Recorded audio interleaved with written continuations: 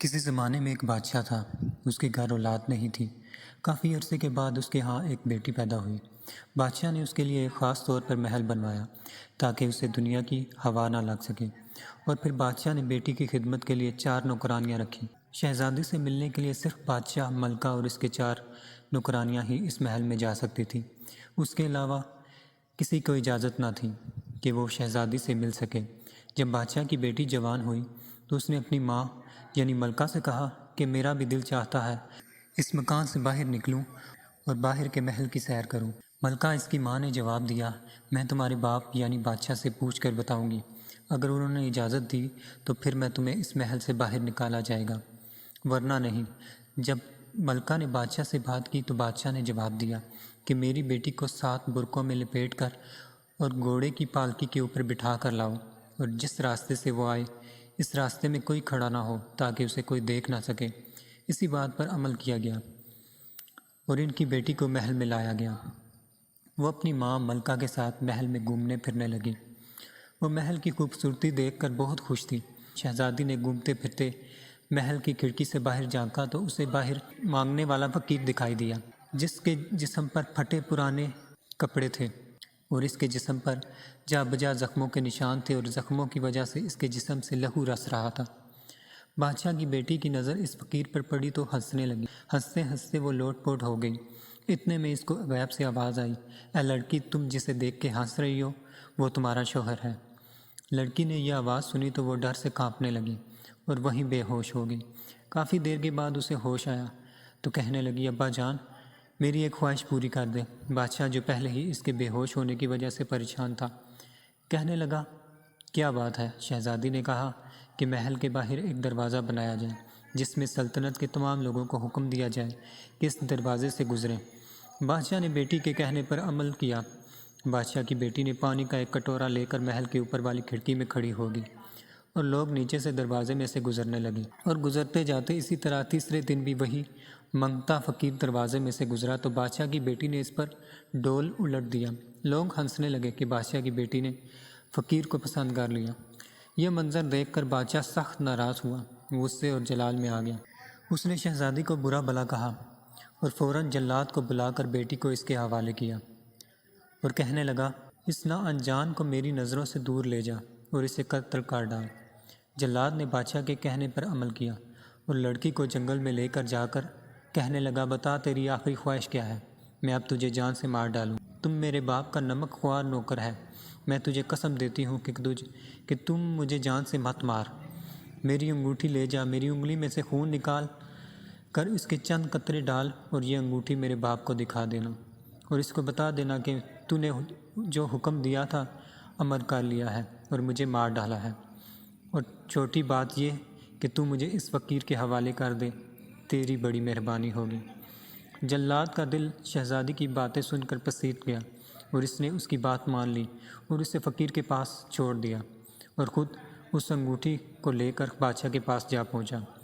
ادھر بادشاہ کی بیٹی فقیر سے کہنے لگی، اے فقیر، مجھے اپنے گھر لے چلو۔ فقیر کہنے لگا، میرا گھر نہیں ہے، میں تمہیں کہاں لے جاؤں، اور دوسرا یہ کہ تم بادشاہ کی بیٹی ہو اور میں ایک غریب فقیر مانگ مانگ کر اپنا گزارا کرتا ہوں۔ میرا اور تمہارا نباہ کیسے ہوگا؟ مجھ میں اور تم میں زمین آسمان کا فرق ہے۔ شہزادی کہنے لگی، ایسا نہ ہو، ایسا نہ کہو، آپ میرے سرتاج ہیں، خدا کی یہی مرضی ہے، اس لیے سب باتیں چھوڑو اور مجھے اپنے گھر لے چلو۔ فقیر بادشاہ کی بیٹی کو اپنے گھر لے گیا۔ جب فقیر کی ماں نے بادشاہ کی بیٹی یعنی شہزادی کو اپنے بیٹے کے ساتھ دیکھا تو پہلے تو زور زور سے ہنسنے لگی اور پھر داڑے مار کر رونے لگی۔ لڑکی نے کہا، ماں جی، یہ کیا بات ہے؟ مجھے دیکھ کر پہلے آپ ہنسنے لگی اور پھر رونے لگی۔ فقیر کی ماں نے کہا، بیٹی، میں تمہیں دیکھ کر ہنسنے اس لیے لگی کہ تم بادشاہ کی بیٹی ہو اور ہم جیسے فقیروں کی جھونپڑی میں آ گئی ہو، اور روئی اس لیے کہ میرا بیٹا فقیر ہے، مانگتا ہے، گلی گلی بھیک مانگ کر اپنا گزارا کرتا ہے۔ تمہارا اور اس کا گزارا کیسے ہوگا؟ بادشاہ کی بیٹی نے کہا، ماں جی، اب تو میں آپ کی بہو بن کر آ گئی ہوں، تم دعا کرو میں تمہاری خدمت میں لگی رہوں۔ اس فقیر کی ماں نے شہزادی کے حق میں دعا کی اور پھر مولوی کو بلا کر اپنے بیٹے کے ساتھ اس کا نکاح کر دیا۔ اب اس فقیر نے بادشاہ کی بیٹی کے کہنے پر جنگل سے لکڑیاں کاٹ کر شہر لے جا کر بیچنی شروع کر دی۔ وہ روز لکڑیاں بیچ کر گھر کا خرچہ چلانے لگا۔ ایک دن وہ شہر جانے لگا تو بادشاہ کی بیٹی نے اسے شہر سے میرے لیے کروشیا اور دھاگا لے کر آنا۔ اب منگتا یعنی وہ فقیر لکڑیاں بیچنے کے ساتھ ساتھ بادشاہ کی بیٹی کا بنایا ہوا رومال بھی شہر جا کر بیچنے لگا۔ جب کچھ پیسے اکٹھا ہوئے تو لڑکی نے اور کپڑا منگوایا اور کپڑا بیچنے لگا۔ اس فقیر کو دیا اور وہ شہر جا کر کپڑا بیچنے لگا اور گھر کا گزر بسر اچھا ہونے لگا۔ ایک دن بادشاہ کی بیٹی نے اپنے شوہر سے کہا، گھر آتے وقت تمہیں راستے میں جو بھی چیز ملی پڑی نظر آئے اسے اٹھا کر گھر لے آنا۔ ایک روز فقیر شہر سے واپس آ رہا تھا کہ اس کو راستے میں ایک مردہ سانپ ملا۔ فقیر نے وہ ایک لکڑی پر اٹھایا اور اسے اپنے گھر لے آیا اور گھر کی چھت پر اسے پھینک دیا۔ ایک دن وہ فقیر جنگل میں سے لکڑیاں کاٹ کر آیا تو اس کی لکڑیوں میں ایک انار بھی آ گیا۔ بادشاہ کی بیٹی نے کہا، تم مجھے اس جگہ لے چلو جہاں سے تم یہ لکڑیاں اکٹھی کرتے ہو۔ وہ فقیر دوسرے دن شہزادی کو جنگل میں لے گیا تو وہ کہنے لگی کہ تم لکڑیاں کاٹو، میں انار اتارتی ہوں۔ فقیر نے لکڑیاں کاٹنی شروع کر دی اور لڑکی انار اکٹھے کرنے لگی اور پھر وہ گھر لے آیا۔ اگلے دن فقیر لکڑیوں کے ساتھ ساتھ شہر میں جا کر انار بھی بیچنے لگا اور اس طرح وہ پیسہ اکٹھا کرنے لگا۔ ایک دن فقیر شہر گیا تو بادشاہ کی بیٹی کو یاد آیا کہ اس نے چھت پر ایک سانپ کو پھینکا تھا، دیکھوں تو صحیح کہ وہ کیسی حالت میں ہے۔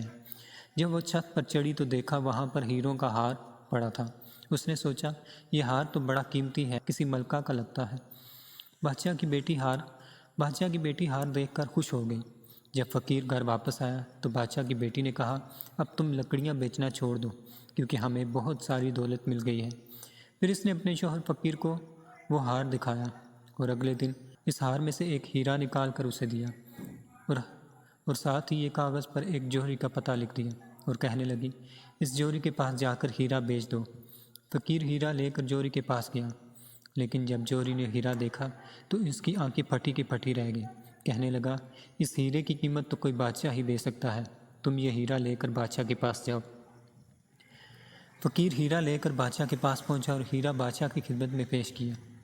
ہیرا دیکھ کر بادشاہ بہت خوش ہوا۔ اس نے فقیر کو بہت ساری دولت دی۔ فقیر وہ دولت لے کر گھر آیا اور ان دونوں نے اچھے اچھے کپڑے سلوائے، نوکر چاکر رکھے، دوا دارو کیا، جس سے فقیر تندرست ہو گیا۔ پھر بادشاہ کی بیٹی نے اپنے باپ کے محل جیسا ایک محل بنوانا شروع کیا اور اپنے شوہر کو لوگوں کے اٹھنے بیٹھنے کی تہذیب سکھائی۔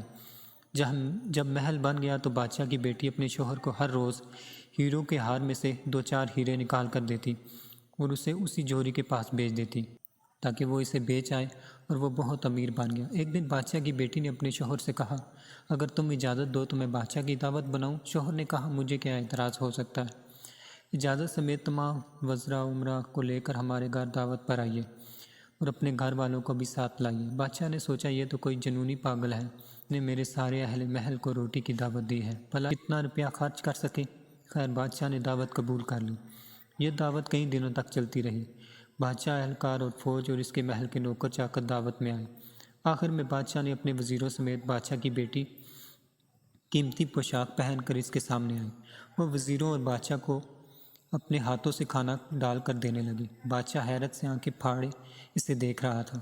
شہزادی کہنے لگی، یہ ابا جان، آپ نے مجھے پہچانا نہیں، میں آپ کی وہی بیٹی ہوں جسے آپ نے جلاد کے حوالے کر دیا تھا اور جان سے مار ڈالنے کا حکم دیا تھا۔